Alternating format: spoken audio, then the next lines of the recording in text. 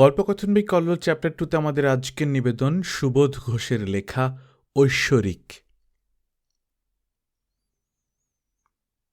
তার নাম সাধু রামানন্দ। কানপুর থেকে আগে চিঠি লিখে নিরঞ্জনকে জানিয়ে দিয়েছিলেন ছোট কাকা। সাধু রামানন্দ এই 1 মাস এখানেই ছিলেন, এবার পাটনা যাবেন। আমি তাকে অনুরোধ করেছি যেন পাটনাতে তোমাদের ওখানে গিয়ে একবার পায়ের ধুলো দেন, আর অন্তত 1 সপ্তাহ তোমাদের ওখানে বিরাজ করেন। আশা করি তোমাদের ওখানে তার সেবা যত্নের আর ভক্তি শ্রদ্ধার কোনো ত্রুটি হবে না। পাটনাতেই এসেছেন সাধু রামানন্দ এবং 1 সপ্তাহ পার হয়ে গিয়েছে। এখনও তিনি নিরঞ্জনের এই বাড়িতেই আছেন। আরও যে কতদিন এখানেই বিরাজ করবেন সাধু রামানন্দ, সেটা তিনিই জানেন। শিগগির যে চলে যাবেন এমন কোনো লক্ষণও তার কথায় বা আচরণে দেখা যায় না। ছোট কাকা এত আগ্রহ করে আর অনুরোধ করে চিঠি দিয়েছেন বলেই নিরঞ্জন চুপ করে আছে। তা না হলে সাধু রামানন্দকে নিশ্চয়ই জিজ্ঞাসা করে বসত নিরঞ্জন, আর কতদিন এখানে বিরাজ করবেন সাধুজি, কবে যাবেন? বুঝতে পারা যায়, আর সাধু রামানন্দ নিজেও বলেছেন, কানপুরের ছোট কাকার বাড়িতে খুব ভক্তি শ্রদ্ধা আর খুব সেবা যত্ন পেয়েছেন সাধুজি। এখানে নিরঞ্জনের এই বাড়িতে সাধুজির সেবা যত্নের অবশ্য কোনো ত্রুটি হচ্ছে না, কিন্তু ভক্তি শ্রদ্ধার কোনো বাড়াবাড়ি নেই। ভক্তি শ্রদ্ধার কোনো ব্যাপার নেই বললেও চলে, যদিও অভক্তি বা অশ্রদ্ধারও কোনো ব্যাপার নেই। নিরঞ্জনের পাটনার বাড়ির পেছনের বাগানে বারান্দা দেওয়া ছোট্ট একটা ঘর আছে। পাকা ঘর, রঙিন সিমেন্টের মেঝে। এই রঙিন সিমেন্টের চকচকে মেঝের একদিকে সাধু রামানন্দের কম্বল পাতা আছে, একটা ঝোলা আছে, কমণ্ডলু আছে, 1 জোড়া খড়ম আছে। কম্বলের উপর মাঝে মাঝে ধ্যানস্থ হয়ে বসে থাকেন সাধু রামানন্দ। তখন ঘরের ভেতরের আর বারান্দার ভিড়ও একেবারে নীরব হয়ে সাধুজির সেই ধ্যানস্থ মূর্তির দিকে তাকিয়ে থাকে। এই ভিড়ের মধ্যে নিরঞ্জনকে কোনোদিন দেখা যায়নি। নিরঞ্জনের বাড়ির কোনো মানুষ এই ভক্ত জনতার ভেতর এসে দাঁড়ায় না, বসে না, হাত জোড় করে তাকিয়ে থাকে না। অথচ নিরঞ্জনের বাড়িতে লোকজনের অভাব নেই। নিরঞ্জন আছে, নিরঞ্জনের স্ত্রী আছে, নিরঞ্জনের 3 বোন আছে, বড়দার যে 2 ছেলে কলেজে পড়ে তারাও আছে। বড় বোন রানুর বড় এখন এখানে আছে। এরা সবাই সাধু রামানন্দকে একবার দেখে গিয়েছে ঠিকই, কিন্তু শুধু দেখা, প্রণাম করেনি কেউ, হাত পেতে কোনো আশীর্বাদী ফুলও চায়নি। কিন্তু কোনো তুচ্ছতার বা ঠাট্টার হাসিও হাসেনি কেউ। কানপুরে অনেক বড় বড় লোকের বাড়িতে অনেক ভক্তি শ্রদ্ধা পেয়েছেন এক সাধু। সেই সাধু দেখতে কেমন, শুধু এই কৌতূহলটুকুর জন্যই এ বাড়ির মানুষেরা সাধুজিকে শুধু চোখে দেখেছে আর চলে গিয়েছে। কিন্তু সাধুজির অসুবিধেও হতে দেয়নি নিরঞ্জন। বাইরের যারা আসছে আর ভিড় করছে, সাধুজির ধ্যান দেখছে, উপদেশ শুনছে, তারা আসুক।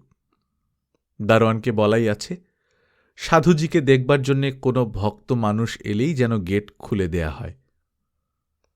রোজই সাধুজির কিছু ফুল দরকার, কারণ বহু প্রার্থীকে আশীর্বাদ করতে হয়।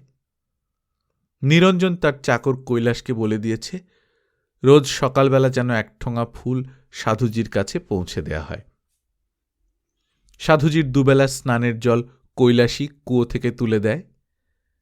বাড়ির রান্নার কাজ করে যে বিশুদ্ধ ব্রাহ্মণ বৈকুণ্ঠ পাড়ে, তাকেও বলা আছে সাধুজির 2 বেলার ভোজন আর জলখাবার বাগানের ওই ঘরে পৌঁছে দিয়ে আসবে। চা খাওয়ার অভ্যেস আছে সাধুজির। বৈকুণ্ঠ পাড়ের সকাল সন্ধ্যায় সাধুজির ঘরে চা পৌঁছে দিয়ে আসে। সাধু রামানন্দের বয়স বেশি নয়, তবু মুখ ভরা দাড়ি, কাঁচা দাড়ি। জটা নেই, কিন্তু চুল খুব লম্বা। চুলের গোছা মাথার উপর ঝুঁটি করে বাঁধা, পরনে গেরুয়া রঙের ছোপানো ধুতি আর ফতুয়া, গলায় তামার চাকতির একটা মালা, সে মালার সঙ্গে ছোট একটা সাদা শঙ্খ ঝুলছে। নিরঞ্জন এক একদিন রানুর বর হিতেনের সঙ্গে গল্প করে। সাধুজির আত্মিক পসার তো বেশ জমে উঠেছে দেখছি। হিতেন বলে, তা তো দেখতেই পাচ্ছি। এ তো বড় চমৎকার প্রফেশন। 15 দিনের মধ্যেই মক্কেলের এত ভিড়। আমার চেম্বারে তো এই 10 বছরের মধ্যে একসঙ্গে 10 জনের বেশি মানুষেরও ভিড় হয়নি। সাধুজি ভক্তদের কাছ থেকে টাকা পয়সাও নিচ্ছেন নাকি? নিচ্ছেন বই কি। আমারই মক্কেল শ্যামলাল আজ 100 টাকার একটি নোট দিয়ে সাধুজিকে প্রণাম করেছে। আমি তাহলে আর এত কষ্ট করে মরা চিরে চিরে ডাক্তারি পড়ি কেন? এরকম একটা স্পিরিচুয়াল প্র্যাকটিস শুরু করে দিলেই তো পারি। নিরঞ্জন হাসে। যদি সাহস করে শুরু করে দিতে পারো তবে বুদ্ধিমানের কাজ হবে হিতেন। চাকর কৈলাস বলে, না বাবু, সকলেই যে সাধুজিকে টাকা দিয়ে প্রণাম করে তা নয়। কেউ কেউ 1 আনা 2 আনা দিয়েও প্রণাম করে। এমনকি 1 পয়সাও প্রণামে দিতে পারে না এমন লোকও আসে। হিতেন হাসে। তার কাছ থেকে বোধহয় হ্যান্ডনোট লিখিয়ে নেন সাধুজি। কৈলাস বলে, আগে? হিতেন বলে, নগদ না হলে ধারেই পায়ের ধুলো বিক্রি করে তোমাদের সাধুজি? না জামাইবাবু, ওই তো সত্যবাবুর বউ রোজই আসছেন আর প্রণাম করে চলে যাচ্ছেন। কোনোদিন একটি পয়সাও দেননি সত্যবাবুর বউ। কেন? পয়সা দেবার সামর্থ্য নেই। ঠিকই, সাধু রামানন্দ বোধহয় মনে মনে রোজ বিরক্ত হয়েছে। এক মহিলা ভক্ত রোজই আসছে, দুহাত জোড় করে ঘণ্টার পর ঘণ্টা বসে থাকছেন। সব ভক্ত চলে যাবার পরও কিছুক্ষণ বসে থাকেন এই মহিলা। সাধু রামানন্দের ধ্যানস্থ চোখ দুটো মাঝে মাঝে যেন অস্বস্তি সহ্য করতে গিয়ে কাঁপতে থাকে। সাধু রামানন্দ বিরক্ত হয়ে কথা বলেন, তুমি তো রোজই আসো, কিন্তু একেবারে খালি হাতে আসো কেন? আমার 1 পয়সা দেবার সামর্থ্য নেই ঠাকুর। কেন? ভাত খাও না? সেজন্যে পয়সা খরচ করতে হয় না? ভাত খাই ঠাকুর, কিন্তু এক দিন খাইও না। কেন? স্বামী হল রোগী, 1 বছর হলো বিছানা নিয়েছে। বাড়িওয়ালা এখনো দয়া করে ঘরে থাকতে দিচ্ছে, আর পাড়ার কেষ্টবাবু দয়া করে বাড়ি থেকে ভাত পাঠিয়ে দেন বলেই। তাহলে তো চলেই যাচ্ছে। হ্যাঁ, বেঁচে আছি ঠিকই, তবে আর দুঃখ কিসের? কেঁদে ফেলে সত্যবাবুর বউ। কিন্তু আমার ছেলেটা কি বাঁচবে ঠাকুর? কি হয়েছে ছেলের? কে জানে কি হয়েছে, গায়ে জ্বর। এই 3 মাসের মধ্যে ছেলে আমার একটা জিরজিরে কাঠি হয়ে গিয়েছে ঠাকুর। কি উপায় হবে? ভগবানকে বলো। আপনি তো ভগবান, তাই তো আপনাকে বলছি। কে বললে আমি ভগবান? কেউ বলেনি, আমার মন বলছে।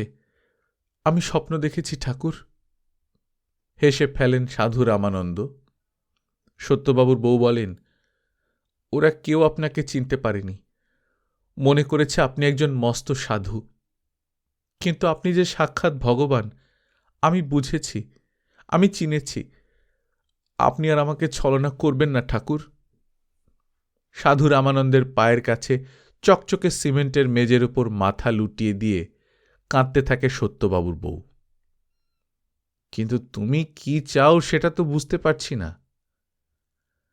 আপনি একবার নিজে গিয়ে আমার ছেলের কপালে আপনার পা ঠেকিয়ে আসবেন। আমি স্বপ্ন দেখেছি ঠাকুর, তাহলে আমার ছেলের রোগ সেরে যাবে। ছেলেকে নিয়ে এসো তবে। নিয়ে আসা সম্ভব নয় ঠাকুর, ওকে একটু নাড়া দিলে ওর প্রাণটা বের হয়ে যাবে বলে ভয় হয়। ছেলে আমার 1 মাস হলো একটু কাতও হতে পারে না ঠাকুর। সাধু রামানন্দের চোখ দুটো তীব্র হয়ে জ্বলতে থাকে। আমি তোমার মরমর ছেলের মাথায় পা ঠেকিয়ে দেবার পরেও যদি তোমার ছেলে ভালো না হয়, যদি তোমার ছেলে। কি বলছেন ঠাকুর? যেন হিংস্র হয়ে চেঁচিয়ে ওঠেন সাধু রামানন্দ। যদি তোমার ছেলে মরে যায় তবে? তবে জানবো আপনার তাই ইচ্ছে। আমার ইচ্ছে? হ্যাঁ, ভগবান যা ইচ্ছে করবেন তাই তো হবে, তাই তো মেনে নিতে হবে। কি অদ্ভুত শান্ত, নম্র আর অবিচল বিশ্বাসের এক নারী কথা বলছে।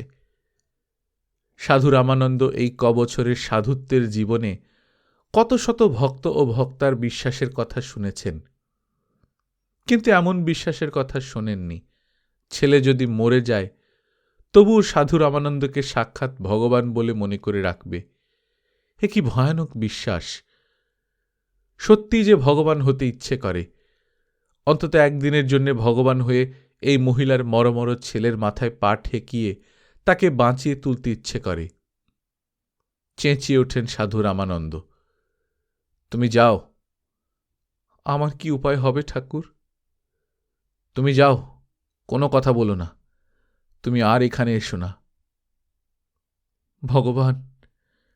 সাধু রামানন্দের কাছে মাথাটা নুইয়ে দিয়ে তারপর আস্তে আস্তে হেঁটে চলে যায় সত্যবাবুর বউ। সন্ধ্যা হয়েছে, সাধু রামানন্দের চোখে আজ ধ্যান নেই। ঘরের ভেতর কোনো ভক্তও নেই। আজ সকাল থেকে একটিও ভক্তের আগমন হয়নি। কাল মাত্র 3 জন এসেছিল। সাধু রামানন্দের আত্মাও যেন সতর্ক হয়ে উঠেছে, লক্ষণ ভালো নয়। শুধু কাল নয়, গত 10 দিন ধরে ভক্তের আগমন ক্রমেই বিরল হয়ে এসেছে। বুঝতে অসুবিধে নেই, ভক্তদের বিশ্বাসের জোয়ারে ভাঁটা পড়েছে। শ্যামলাল সেই মামলাতে জয়ী হতে পারেনি। আশীর্বাদী ফুল নিয়ে যারা গেল তাদের একজনেরও চাকরি হয়নি। মুন্সিবাবুর জামাই শেষ পর্যন্ত মারা গিয়েছে। সাধু রামানন্দের আশীর্বাদী ফুলে কাজ হয়নি। চাকর কৈলাসের কাছ থেকে খোঁজ নিয়ে সব খবর জানতে পেরেছেন সাধু রামানন্দ। কোনো সন্দেহ নেই এখানে আর পসার জমতে পারবে না। ঠিক সময়ই সরে যাওয়ার নিয়ম। এইরকমই সময় বুঝে কানপুর থেকে সরে এখানে চলে এসেছিলেন সাধু রামানন্দ। আজই এই কিছুক্ষণ আগে ঝোলার ভেতর থেকে সব টাকা পয়সা বের করে আর গুনে নিয়ে সেই সঞ্চয় একটা পুঁটলি করে বেঁধে আবার ঝোলার ভেতর রেখে দিয়েছেন সাধু রামানন্দ। কিন্তু আজই সরে পড়বার ইচ্ছে ছিল না। কিন্তু না, আর দেরি করলে নিদারুণ ভুল হবে। ওই যে আজই বিকেলে এক ভদ্রলোক বাগানের ওইখানে দাঁড়িয়ে সাধু রামানন্দের দিকে অনেকক্ষণ তাকিয়ে রইলেন। কে সেই ভদ্রলোক? তাকে যে 5 বছর আগে কলকাতার লালবাজার থানার সেই ঘরে একদিন দেখেছিলেন সাধু রামানন্দ। কি আশ্চর্য, সেই শিকারীর সন্ধান আজও ফুরোয়নি। আজও সেই হাতকড়ার প্রতিনিধি পৃথিবীর সব অন্ধকার হাতড়ে হাতড়ে এক তহবিল তছরূপ মামলার আসামিকে ধরবার জন্য ছুটোছুটি করছে। না, এক্ষুনি সরে পড়া চাই। কিন্তু কোথায় যেন একটা বাধা। মনে হয় ফটকের কাছে কলকাতার লালবাজারের সেই সাংঘাতিক ভদ্রলোক দাঁড়িয়ে আছেন। হয়তো তার জামার বুক পকেটে ফেরারি আসামির ফটোটা আছে। সাধু রামানন্দকে থানায় ধরে নিয়ে গিয়ে আর এই লম্বা চুলের ঝুঁটি কেটে দিলে যে চেহারাটা বেরিয়ে পড়বে, সেই চেহারার সঙ্গে ওই ফটোর চেহারার যে কোনো অমিল দেখতে পাওয়া যাবে না। না, ফটক দিয়ে বের হয়ে যাওয়া সম্ভব হবে না। তাছাড়া দারোয়ানও তো আশ্চর্য হয়ে বাধা দিতে পারে। এ কি, না বলে কয়ে বাবুকে কিছুই না জানিয়ে এই সন্ধ্যার অন্ধকারে আপনি ঝোলাঝুলি নিয়ে কোথায় চলে যাচ্ছেন সাধুজি? কিন্তু ও বাধার জন্য চিন্তা কিসের? ফটক দিয়ে বের হয়ে যাবার দরকার কি? এই তো পাঁচিলের কাছে একটা পেয়ারা গাছ আছে। গাছের গা বেয়ে পাঁচিলের উপর চড়ে তারপরেই টুপ করে একটি লাফ দিয়ে পেছনের গলিটাতে নেমে পড়তে পারা যায়। তারপর আর কে আটকাবে সাধু রামানন্দকে? ট্রেনে না উঠে নৌকায় গঙ্গা পার হয়ে আর সারা রাত হেঁটে অনেক দূরে এক গাঁয়ের জমিদার বাড়িতে গিয়ে আস্তানা নিতে পারা যাবে। ওটা বাধা নয়, তবে কিসের বাধা? কৈলাস চাকরটার কাছ থেকে একটা ঠিকানা না নিয়ে সরে পড়তে পারছেন না সাধু রামানন্দ। সেই মহিলা, সেই সত্যবাবুর বউ, কোথায় থাকে সে? কত দূর? রাস্তাটার নাম কি? কৈলাস এসেছে, কৈলাসের হাতে একটা বালতি। বোধহয় স্নানের জল তুলে দিয়ে যাবে কৈলাস। সাধু রামানন্দ জিজ্ঞাসা করেন, ওই যে আসতো এক মহিলা, সত্যবাবুর বউ, সে কোথায় থাকে বলতে পারো? হ্যাঁ, কদমকুয়ার শিব মন্দিরের পাশে একটা গলিতে সত্যবাবুর বাড়ি। জল তুলতে চলে যায় কৈলাস। আর ছটফট করতে থাকেন সাধু রামানন্দ। যেন ভয়ঙ্কর একটা শখের জ্বালা সাধু রামানন্দের বুকের ভেতর ছটফট করছে। সত্যি ভগবান হতে ইচ্ছে করছে। ধরা তো পড়তেই হবে একদিন, তাছাড়া ধরা না পড়লেই বা কি? চিরকাল এই পৃথিবীর আনাচে কানাচে শুধু সাধু রামানন্দ হয়ে ঘুরে বেড়াতে হবে। ভগবান হবার সুখ কোনোদিন কপালে জুটবে কিনা সন্দেহ। স্নানের জল নিয়ে চলে গেল কৈলাস, আর এক মুহূর্তও দেরি করেন না সাধু রামানন্দ। ঝোলাটা হাতে নিয়ে পেয়ারা গাছের চড়ে আর পাঁচিল টপকে গলির অন্ধকারে অদৃশ্য হয়ে যান। ঠাকুর এসেছেন, ঠাকুর, ভগবান তোমার এত দয়া! চেঁচিয়ে ওঠেন সত্যবাবুর বউ। কোনো চিন্তা করো না, আমি আছি। শান্ত কোমল সান্ত্বনার স্বরে কথা বলেন সাধু রামানন্দ। বিছানার উপর শুয়ে আছে, ধুক ধুক করছে একটা শিশুর এইটুকু একটা বুক। হাত পা সত্যিই যে জিরজিরের 4টি কাঠি, শুধু মুখটা একটু জীবন্ত। আর মুখটাও যে বড় চমৎকার। শিশুটির মাথায় রেশমের মতো নরম ঝাঁকড়া চুল ফুরফুর করে উঠছে, জানালা দিয়ে ফুরফুর করে বাতাস ঘরে ঢুকছে। তাই চোখ বন্ধ করে শুয়ে পড়ে আছে ছেলেটা। সাধু রামানন্দ জিজ্ঞেস করেন, ঘুমিয়েছে বোধ হয়? না ঠাকুর, বেহুঁশ হয়ে আছে। কোনো ভয় নেই, ভালো হয়ে যাবে। আপনি ওর মাথায় একবার পা ঠেকিয়ে দিন ঠাকুর। বিছানার কাছে এগিয়ে যান সাধু রামানন্দ। ছেলেটার মুখের দিকে কিছুক্ষণ তাকিয়ে থাকেন। দয়া করুন ঠাকুর, করুণ স্বরে মিনতি করে সত্যবাবুর বউ। ছেলেটার ছোট্ট ছোট্ট পা দুটোকে আস্তে আস্তে হাতের উপর তুলে নিয়ে তারপর সেই ছোট পা দুটোর উপর ঝুঁটিওয়ালা মাথা ঘষে দিয়ে হাউ হাউ করে কেঁদে ওঠেন সাধু রামানন্দ। হ্যাঁ, দয়া করো ভগবান। তারপরই ব্যস্তভাবে উঠে দাঁড়ান সাধু রামানন্দ, হেসে ফেলেন। ব্যাস, এবার আমি যাই। হঠাৎ গম্ভীর হয়ে যান সাধু রামানন্দ। তারপরই হাতের ঝোলাটাকে ঝুপ করে মেঝের উপর ফেলে দিয়ে সাধু রামানন্দ বলেন, এর মধ্যে অনেক টাকা আছে। আজ এখনই সবচেয়ে বড় ডাক্তারকে এনে ছেলেকে দেখাও, ভালো ভালো ওষুধ খাওয়াও, ভালো করে চিকিৎসা করাও। আর কোনো কথা না বলে দরজার দিকে এগিয়ে যান সাধু রামানন্দ। পাশের ঘরে অন্ধকারটার দিকে তাকিয়ে চেঁচিয়ে ওঠেন সত্যবাবুর বউ, ওগো, তুমি একবার চোখ মেলে তাকিয়ে দেখো, ঠাকুর যে চলে যাচ্ছেন। পাশের ঘরের অন্ধকারটা যেন ব্যাকুল হয়ে বলে ওঠে, দেখলাম দেখলাম। হেসে ওঠেন সাধু রামানন্দ। আমি চলি। দরজার কাছে ঢিপ করে মাথা ঠুকে কেঁদে ফেলে সত্যবাবুর বউ, ভগবান ভগবান। গল্পকথন বাই কল্লোল চ্যাপ্টার 2তে শুনছিলেন সুবোধ ঘোষের লেখা ঐশ্বরিক। আমরা নিয়মিত গল্প পাঠ করে শোনাচ্ছি। আপনারা যারা প্রথমবার মতো শুনছেন, কাইন্ডলি সাবস্ক্রাইব করে নেবেন।